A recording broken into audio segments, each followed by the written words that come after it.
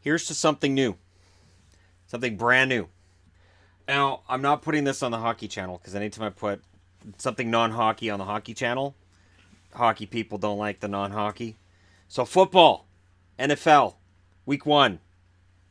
Let's get to it.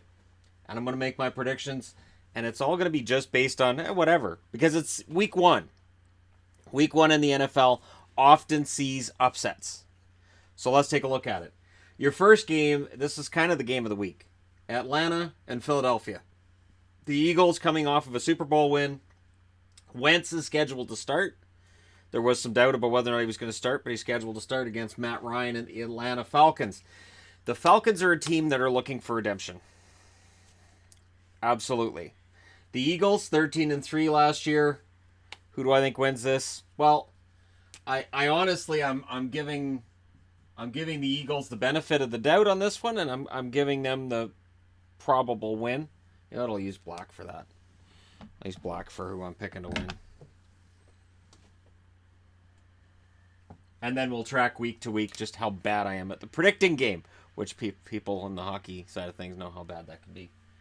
So I'll take the Eagles, but honestly, I think the Falcons are going to keep this close. And Matt Ryan, early on, they've got to be looking for some revenge here. It's not that long ago Atlanta was being talked about as a team that should be winning a Super Bowl themselves, and it just didn't happen. Cincinnati's in Indianapolis. Dalton, off of another year where Bengals fans say he's not good enough. I don't have a problem with Andy Dalton personally. I think he's fine as a quarterback. I think it's been the team. The defense sometimes sucks. Penalties at bad times. And sometimes he hasn't had the receivers, but I'm not putting it on him. Andrew Luck at home. The Indianapolis Colts 4-12 last year. Cincinnati 7-9. You know what? I'll say that Luck and Indianapolis win that game because 4-12, as bad as Indianapolis may have been last year, that's too bad. That's a bad record, and that's a bad record above and beyond what they should have had. And maybe they end up 7-9 this year, like since he was last season. Maybe they end up 4-12 again, but I don't think so. I think they'll get off to a decent start. Doesn't necessarily mean you have that decent finish. Buffalo and Baltimore. So Allen making the start for Buffalo and Flacco in Baltimore. Both teams 9-7 last year. Buffalo, the surprise team to go 9-7, and Buffalo is the team that everybody's going to be really wanting to see them, finally make the playoffs and do something in them. Buffalo is best known, of course, for their making it there with Jim Kelly as quarterback and then getting destroyed. Other than the one year that Lee Norwood, anyways. I know, sore subject for Buffalo fans who are like, you do this to us with hockey with Dallas. Why are you doing it to us on football? I have a hard time going against Baltimore at home. I have a hard time seeing them lose game 1 at home. Because, again, Buffalo had an excellent season, but Baltimore's they're Baltimore. And I'm not a Ravens fan by any stretch. But, yeah, I could see that one definitely going the way of Baltimore. You got Tampa, you got New Orleans. Tampa's been kind of they've got Fitzpatrick. I like Fitzpatrick. Drew Brees, he has to eventually age, right? Eventually Drew Brees is going to be out, right?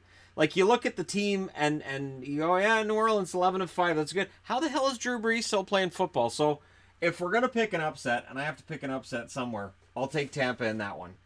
And, I mean, at the end of the year, New Orleans is still going to be ahead of Tampa, but I'll take an upset there. Because you have to take an upset somewhere. It's football. There has to be upsets.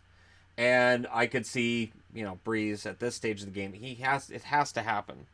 Speaking of it has to happen, how long is 40-year-old Tom Brady going to continue to prop up the New England Patriots? And how often and how much are we going to hear about how Brady's not good enough, which is so weird. But every now and then you'll hear that, like, it's just because they cheat. New England, they're not that great. Yeah, they are. That being said, New England starts slow often. New England will start the season with a record that doesn't look fantastic through the first 3 or 5 games a lot of the time. And then automatically that starts the talk of, this is it. This is it. That finally, the wheels have come off, and finally New England is just a regular team. And then by the end of the year, they're first in the division, and all that talk's forgotten. I'm going to go ahead and say that Texas shocks the world, and gets an upset win over New England in New England for week 1. And that's as crazy as a prediction gets from me this week, I think. Because, again, um, Brady's going to be great. They'll still end up winning the division in all likelihood, but I would not be surprised to see them lose in week 1. As I mentioned, week 1 we usually see some kind of crazy results that by November we've forgotten all about. San Francisco, they're in Minnesota. The Minnesota Vikings now take on the mantle that had been Philadelphia's in the we need to win one category, and Minnesota needs to win one. They've got San Francisco coming in who were 6-10 last year, and Garoppolo is the starter. Cousins the starter for Minnesota. I don't see San Francisco being able to take out Minnesota this week. I'll take Minnesota to win that one. And that 13-3 record. And again, I was asked going into the playoffs last year, people said, well, what do you think of Minnie and the Vikings' chances? And my answer was, there are certain teams that just don't win in the playoffs, and Minnesota's one of them. Guess what? The Eagles were one of them too. Eagles went on a pretty decent run. So maybe it is Minnesota's season. Maybe it's their turn. The Tennessee Titans 9-7 with Mariota. Miami 6-10 with Tannehill. Miami kind of does the opposite of New England. They can get off to good starts, and then by November we forget all about it. Miami's at home. Tennessee, the 9-7 record. I'm going to begrudgingly take Tennessee to win that game, but I wouldn't be surprised to see Tannehill and the Dolphins win that. The Dolphins are due for at least a 500 season because they were below 500. Normally, Miami doesn't stay bad, and they're that's about all I can say about the Miami Dolphins. I know at my old job, one of my friends at work, his favorite team was Miami, and they would get on a bit of a run. He'd be like, "Hey, we look pretty good," and I'd say, "Yeah, but they're the Dolphins," and he'd get mad at me, and then by the end of the year, they were the Dolphins. So, could they beat Tennessee on the weekend? Absolutely. Am I betting on it? No. But again, I can understand why people would. Jacksonville, Blake Bortles in against the New York Giants, who were 3-13. Eli Manning's still playing. I think the New York Giants are off to a slow start, and I think Jacksonville takes them out in week 1. I can't come up with any reason why I could see an Eli Manning-led Giants winning that game. I can try, but I just can't see it. Yeah, Jacksonville and Tennessee are two teams that I could get those two mixed up. I'm not sure what it is. They always seem to be consistently mediocre. Sometimes they're both bad, but I get those two teams mixed up, the Titans and the Jaguars. I'm not sure what it is. Maybe it's just that they've been nondescript for a long time. Again, look, 9-7 Tennessee, 10-6 Jacksonville, and I get them mixed up. They're the only two football teams that I do that with. So there you go. Pittsburgh 13-3 Roethlisberger. Cleveland, Tyrod Taylor is the latest in a long line of Cleveland quarterbacks. The Browns, I can't see them beating Pittsburgh. I don't think we're going to have to worry about 500 beer between 50,000 people or however many it is that Budweiser's put in the stadium, which is stupid. They've got these beer bottles all locked away. And as soon as Cleveland wins a game, they'll all unlock and people can go and get the beer. There's a very limited amount of beers, and there's a very large number of people in the crowd, even though Cleveland can't win anything. So I don't think we're going to have to worry about the great beer riot of 2018 yet, but it's coming, and it's going to be probably kind of it's going to be funny and not for the right reasons. It's going to be one of those things that we look at and we say, man, they really should have known better. But Pittsburgh should win that this week. Kansas City's in against the Chargers. Mahomes is starting for Kansas City. Of course, Rivers for the Chargers. I love Phillip Rivers. My favorite quarterback of all time in all likelihood. I could do a video on my favorite quarterbacks ever. I'm sure that wouldn't cause any kind of controversy. With people would be like, where's Montana? And I'd be like, favorite quarterbacks ever, not Joe Montana. Or anybody from the Niners in the mid and late 80s. Because I was a Rams fan, so I just love punishing myself. The Chargers ended 9-7 last year, but they got themselves behind the 8 ball before they got to 9-7. And if I had to hazard a guess, I'd say they do it again this year. I'd say Kansas City wins that game in LA, and the Chargers get themselves to a sub 500 record, and then they have to go on a tear in the second half to get over 500. They do it. And again, it's sort of a Chargers thing, and this goes back a long time.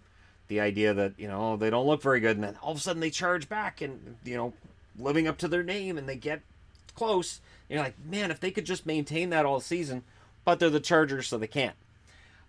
Dallas 9-7, Carolina 11-5. Prescott versus Newton. I'll give Newton the nod in that one.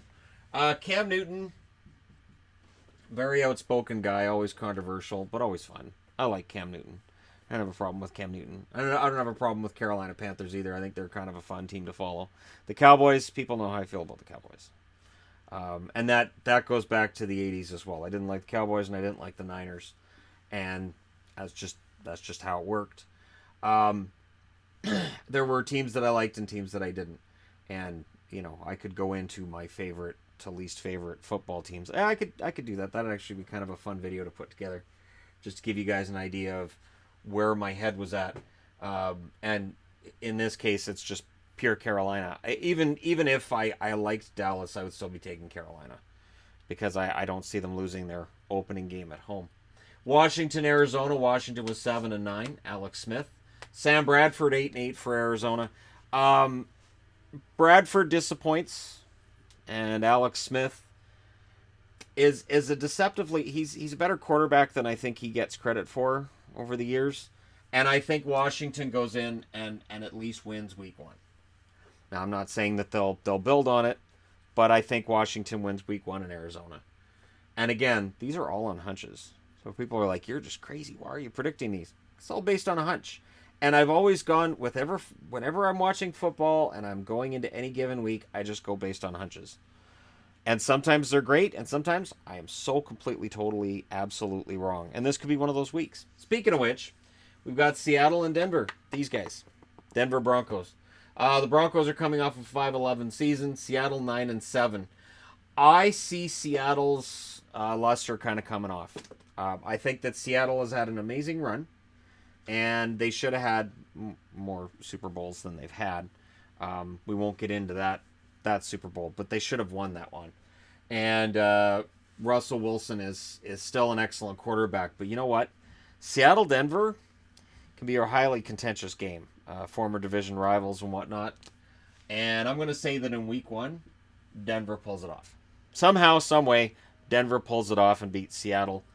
Seattle probably still makes the playoffs somehow, and Denver probably still misses. But I'll take Denver to win in week 1. No problem. Chicago and Green Bay. Green Bay 7-9. Rodgers is going to get very well paid for the next 4 years. That was announced yesterday. Trubisky, the quarterback for Chicago, who are 5-11. That's 7-9 for Green Bay. Come on, guys. Packers are better than that.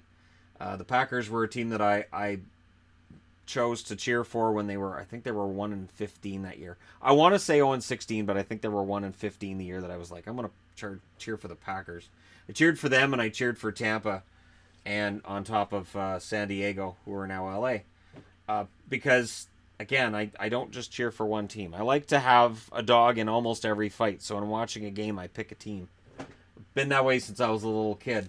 And the little kid in me says that Green Bay wins this battle of division rivals. It's going to be probably a knockdown, drag-out fight, but I'll take Green Bay in that one. New York Jets and Detroit Lions. The Detroit Lions with a 9-7 record. Stafford is their quarterback. McCown, the starter for the Jets. All of these were what I got off of a couple of sites for who the starters are. If I'm wrong on any of these, I apologize right up front.